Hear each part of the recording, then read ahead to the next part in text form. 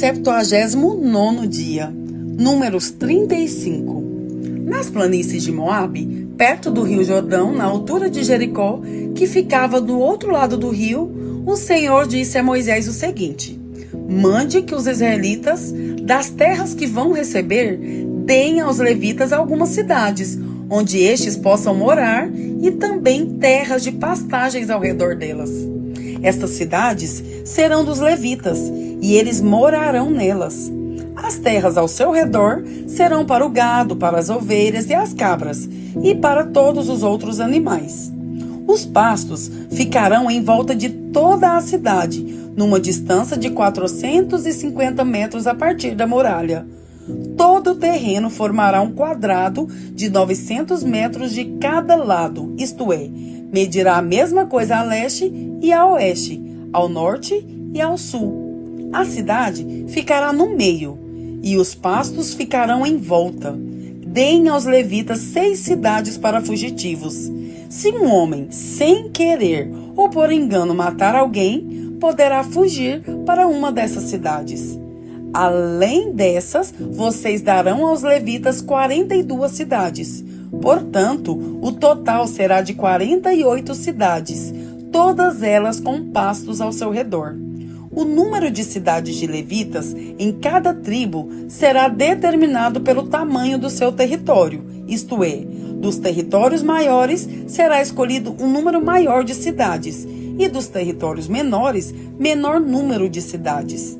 O Senhor Deus mandou que Moisés dissesse ao povo de Israel o seguinte: quando vocês atravessarem o rio Jordão para entrar em Canaã, deverão escolher algumas cidades para fugitivos, onde poderá ficar morando qualquer homem que, sem querer ou por engano, tenha matado alguém. Ali, ele ficará a salvo do parente da vítima, que estiver procurando vingança, e não morrerá sem ter sido julgado em público. Escolham 6 cidades para fugitivos, 3 a leste do rio Jordão e 3 na terra de Canaã. Essas 6 cidades serão de refúgio, tanto para os israelitas como para os estrangeiros que moram com vocês. Seja só por algum tempo, seja para sempre. Quem tiver matado alguém sem querer ou por engano, poderá ficar refugiado ali. Se um homem ferir uma pessoa com um objeto de ferro, ou com uma pedra, ou com um pau, e causar a morte dessa pessoa, ele é culpado pelo crime e será condenado à morte. Quando o parente mais chegado do morto encontrar o assassino, deverá matá-lo. Se um homem empurrar o outro com ódio ou jogar alguma coisa contra ele com má intenção e ele morrer, ou se um homem esmurrar um inimigo e este morrer, o culpado será morto, pois é um assassino. Quando o parente mais chegado do falecido encontrar o assassino, deverá matá-lo. Mas pode acontecer que alguém, sem querer, empurre o companheiro que não era seu inimigo ou atire, sem má intenção, alguma coisa contra ele.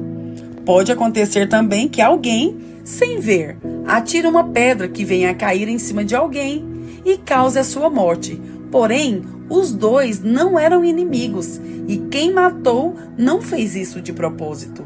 Nesses casos, o povo julgará a favor do que matou sem querer e não a favor do homem que era responsável por vingar a morte do seu parente. O povo deverá proteger o homem que matou sem querer, não deixando que ele seja morto pelo parente do homem que morreu. O povo o fará voltar à cidade de refúgio, para onde havia fugido, e ali o assassino ficará até a morte do grande sacerdote, que foi ungido com azeite sagrado. Mas, se em qualquer tempo o homem que matou alguém sair da cidade de refúgio para onde havia fugido, e o responsável por vingar a morte do seu parente o encontrar, ele poderá matá-lo e não será culpado por essa morte.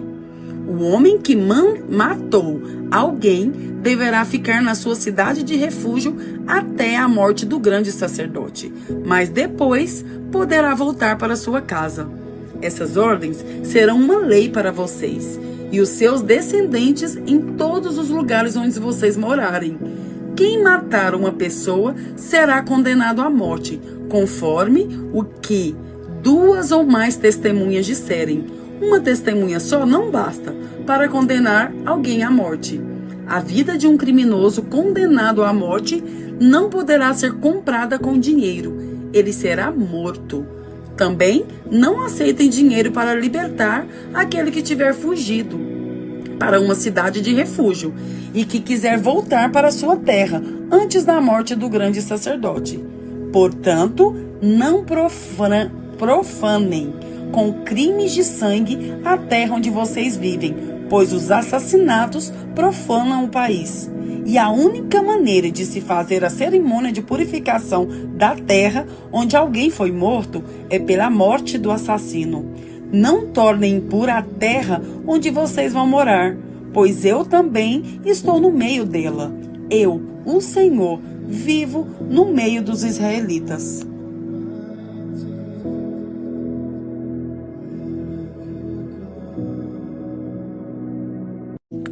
Números 36. Os chefes de família dos grupos de famílias de Gileade, descendentes diretos de Maquir, Manassés e José, foram falar com Moisés e com os outros chefes de famílias israelitas. Eles disseram a Moisés: o Senhor Deus ordenou que o Senhor distribuísse a terra ao povo por sorteio. Ele também ordenou que o Senhor desse a propriedade do nosso parente Zelofeade às suas filhas. Porém, se elas casarem com homens de outra tribo israelita, a terra que foi dada a elas deixará de pertencer à nossa tribo e passará a ser da tribo daqueles com quem elas se casarem. Assim, irá diminuindo a parte que nos foi dada por sorteio. Porém, quando chegar o ano da libertação, a terra delas ficará definitivamente para a tribo daqueles com quem elas se casaram e não será mais nossa. Então, Moisés, conforme a ordem do Senhor, respondeu aos israelitas o seguinte: os homens da tribo de José têm razão. A ordem do Senhor para as filhas de Zelofeade é esta: elas podem casar com quem quiserem, contando que seja com um homem de uma das famílias da tribo do seu pai.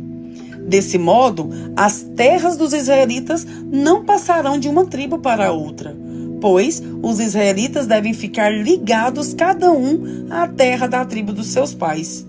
Todas as moças que tiverem terras numa tribo israelita deverão casar com alguém da família da tribo do seu pai. Desse modo, cada israelita herdará a terra dos seus antepassados, e ela não passará de uma tribo para outra. Cada tribo continuará ligada à sua própria terra. Então, Macla, Tirza, Ogla, Milca e Noa, filhas de Zelofeate, fizeram como o Senhor havia ordenado a Moisés e casaram com filhos dos seus tios paternos. Elas casaram dentro dos grupos de famílias da tribo de Manassés, filho de José, e as suas terras ficaram na tribo do pai delas.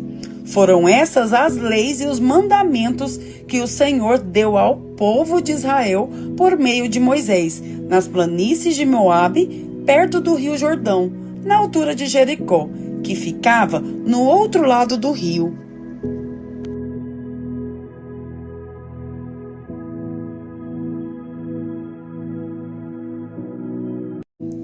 Lucas 19. Jesus entrou em Jericó e estava atravessando a cidade. Morava ali um homem rico, chamado Zaqueu, que era chefe dos cobradores de impostos. Ele estava tentando ver quem era Jesus, mas não podia, por causa da multidão, pois Zaqueu era muito baixo. Então, correu diante da multidão e subiu numa figueira brava para ver Jesus, que devia passar por ali.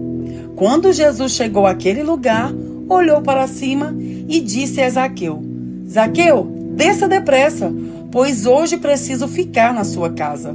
Zaqueu desceu depressa e o recebeu em sua casa com muita alegria. Todos os que viram isso começaram a resmungar. Este homem foi se hospedar na casa de um pecador. Zaqueu se levantou e disse ao Senhor: Escute, Senhor, eu vou dar a metade dos meus bens aos pobres. e se roubei alguém, vou devolver 4 vezes mais. Então Jesus disse: hoje a salvação entrou nessa casa, pois este homem também é descendente de Abraão. Porque o Filho do Homem veio buscar e salvar quem está perdido. Jesus contou uma parábola para os que ouviram o que ele tinha dito. Agora ele estava perto de Jerusalém, e por isso eles estavam pensando que o reino de Deus ia aparecer logo. Então Jesus disse: certo homem de uma família importante foi para um país que ficava bem longe, para lá ser feito rei e depois voltar. Antes de viajar, chamou 10 dos seus empregados, deu a cada um uma moeda de ouro e disse: vejam o que vocês conseguem ganhar com esse dinheiro até a minha volta. Acontece que o povo do seu país o odiava e por isso mandou atrás dele uma comissão para dizer que não queriam que aquele homem fosse feito rei deles. O homem foi feito rei e voltou para casa. Aí mandou chamar os empregados a quem tinha dado dinheiro para saber quanto haviam conseguido ganhar. O primeiro chegou e disse: patrão, com aquela moeda de ouro que o senhor me deu, eu ganhei 10. Muito bem, respondeu ele. Você é um bom empregado. E porque foi fiel em coisas pequenas, você vai ser o governador de 10 cidades. O segundo empregado veio e disse: patrão, com aquela moeda de ouro que o senhor me deu, eu ganhei 5. Você vai ser governador de 5 cidades, disse o patrão. O outro empregado chegou e disse: patrão, aqui está a sua moeda. Eu a embrulhei no lenço e a escondi. Tive medo do Senhor, porque sei que é um homem duro, que tira dos outros o que não é seu e colhe o que não plantou. Ele respondeu: você é um mau empregado. Vou usar as suas próprias palavras para julgá-lo. Você sabia que sou um homem duro, que tiro dos outros o que não é meu e colho o que não plantei. Então, por que você não pôs o meu dinheiro no banco? Assim, quando eu voltasse da viagem, receberia o dinheiro com juros. E disse para os que estavam ali: tirem dele a moeda e deem ao que tem 10. Eles responderam: mas ele já tem 10 moedas, patrão. E o patrão disse: eu afirmo a vocês que aquele que tem muito receberá ainda mais, mas quem não tem, até o pouco que tem, lhe será tirado. E agora tragam aqui os meus inimigos, que não queriam que eu fosse o rei deles, e os matem na minha frente.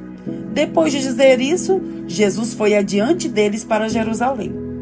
Quando iam chegando aos povoados de